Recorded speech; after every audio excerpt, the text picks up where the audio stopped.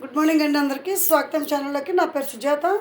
మన పెద్దలు చెప్తున్న ఒక మాట ఏంటంటే, పూజలో ధూపదీపాలను వెలిగించడం, ఆ తర్వాత భగవంతుడికి హారతి ఇవ్వడం వెనుక ఉన్న ప్రధాన ఉద్దేశం ఏంటి అంటే ఏం చెప్తున్నారంటే, హారతి ఇవ్వడం అంటే కాంతి ద్వారా భగవంతుడిని మనం ధ్యానించడం.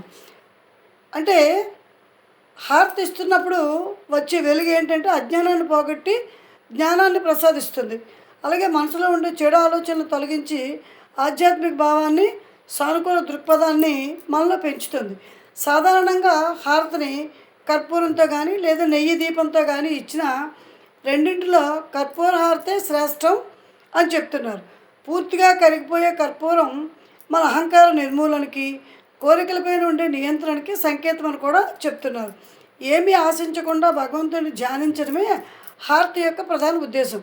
ఇంకా కర్పూరాన్ని వెలిగిస్తే కీటకాలు కూడా నశిస్తాయి. ఇదంతా మనకి సైన్స్ చెప్తుంది. ఇల్లంతా పరిమళ భరితం కూడా అవుతుంది.